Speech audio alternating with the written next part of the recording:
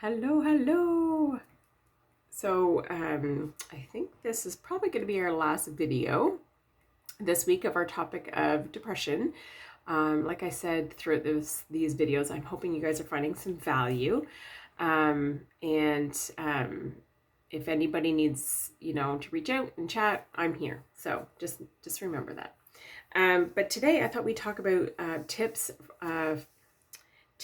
for living with depression. So depression is not a one-time thing. It's not a one-day thing. It's on and off, and it could be for a longer duration.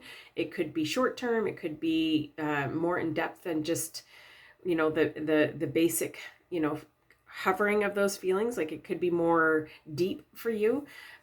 So if it's that deep, it might take a lot longer to, feel like you're out of that feeling again. So the tips and tricks. So the first and foremost, I would say, and this is definitely, I'm a social person, thank God, and it's developing a strong support network. So I have a good relationship with my doctor. I have a great relationship with my mom. I chat with her every day. I have 3 or 4 best friends that I talk to on a regular, like if not all day, every day. So I have a lot of close-knit personal friends that I can tell anything to. I trust them. They give different advice, sound advice, supportive advice. So I definitely find that's key. So when I'm going through my moments of sadness or whatever, just voicing that sometimes just makes you, it's off my chest, right? And then if you're stuck in those negative talks, that's when your friend's going to say, whoa, you don't deserve that chatter to yourself, right? So that's another good reason to have that support system there for you, so that they can put you in check when you're spiraling in a direction that might not be a reality, or they don't see it as reality. And let's say they're now being your cheerleader in the corner to get you to see what they see, right? So having a strong, supportive network of family and friends and professionals around you is certainly key.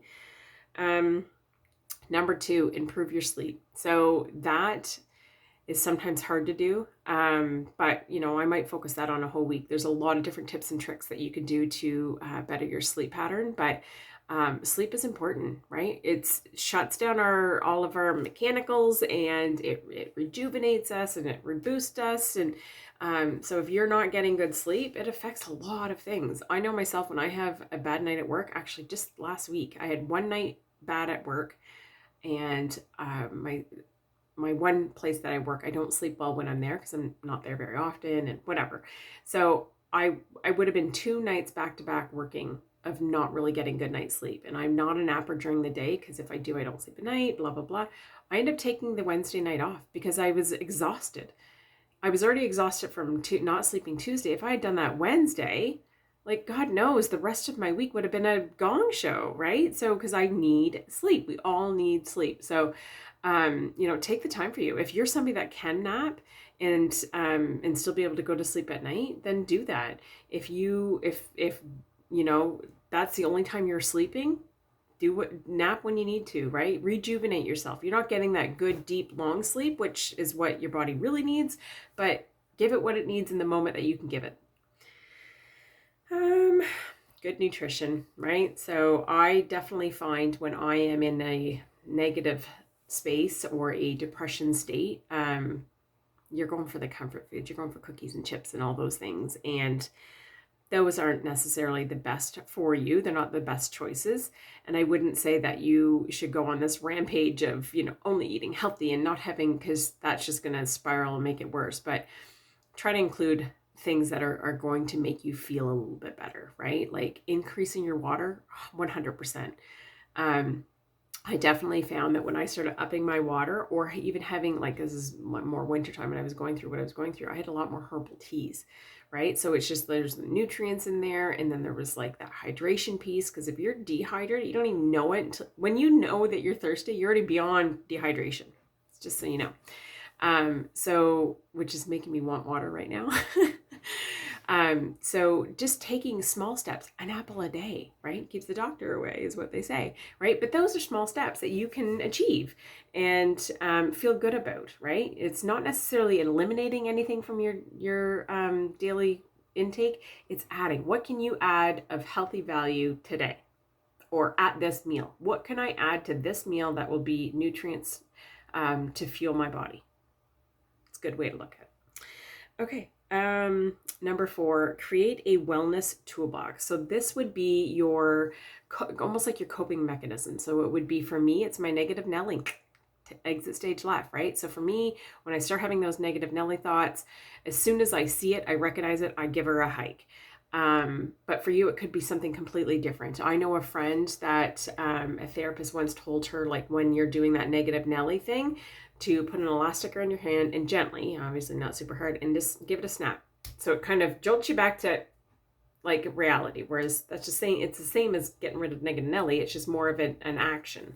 It's just not something that you should need to create pain. Actually, now that I'm thinking about it, that's probably not the best advice, because I feel like that's creating a different pain. But just whatever tool works for you to help you in a moment. If it's an anxiety thing and you're like, you're in a moment, it's, I think it's like, think of 3 things: something you can see, something you can smell, something you can touch. And that, when you think about them, you're slowly, because you're having these thoughts, you're concentrating, you're bringing your center and your anxiety down. Right? So those would be like little tips and tools that you would have in your pocket. Whatever you find that works for you, keep that going. Reduce stress. Sometimes that's hard. Sometimes the stress isn't something we're necessarily causing ourselves, but let's say it causes you stress to go grocery shopping. If you're not the only one in your household, maybe somebody else can take on that responsibility, or, you do curbside pickup, whatever it is. But if there's something of stress that you can eliminate, do that. I've had to do that in terms of parenting, right? Like, I was, my daughter was doing chores and it was becoming such a fight for me and her that I'm like, this isn't worth it. Me giving you money to help around the house when you're doing a half-assed job, or I'm fighting with you to do it, it's not worth it for me. It created stress. So long story short, she got fired. She did get rehired, just so you know. But it was a life lesson for her and me. Like, I'm done. Me giving you money and fighting with you is not worth it. Right? So eliminating whatever stress that you can. Avoid procrastination. So if you are putting things off, it's just, you're going to feel that guilt. You're going to feel that. So whatever you can do to complete whatever task it is you need. Sometimes a friend of mine has used the word done is better than perfect. So if it's done, you'll have that feeling of relief. But if you're always striving for it to be perfect and you're not there, you're always going to be beating yourself up. So done is better than perfect, and don't put things off, right? Like, because that's just going to pile up, and that emotion's going to just start taking over. Learn to curb a negative Nelly. So this obviously was huge for me. And like I said, it took me a long time to get quicker at giving her the boot, but I do recognize it now, and then I'm able to do it a lot faster than I had in the past. And that was like probably one of my biggest things that kept me in that depression moment, is that negative thought. And then number 8 is keeping up with daily tasks, which I'm just going to use the same sentence that I use all the time. It's baby steps. When you accomplish little goals and little tasks, once you achieve them, there's that sense of satisfaction, that sense of completion, and all those things. And that's like those happy, feel-good feelings, right? So write it on a piece of paper, do like a brain dump in the morning. This is all I want to accomplish today.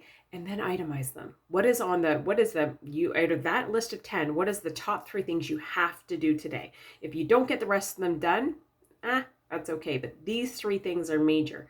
And then if you get those 3 things, feel accomplished. If you manage to get 2 more on the list done, right, you're going to up that feeling of accomplishment. So anyhow, I'm hoping that those are little helpful tips and tricks of, living with depression, and different things that you can do to help yourself through those tough times. Anyhow, we have all been there. We have all struggled. I myself have struggled for on and off for years, and I'm in a good place now. But I went through some hoops and loops to get there, and this Real Talk with Tracy time is I'm going to take you kind of through a journey of my last 3 or 4 years, and yeah, we'll just chit chat some more. You guys can get to know me, and then hopefully I can help somebody out in the process, and or create that chitter chatter, that we can talk openly about things. So anyhow, I'm done rambling. It's like 10.5 minutes here, and I hope that you guys found value, and I will chat with you again soon. Bye guys.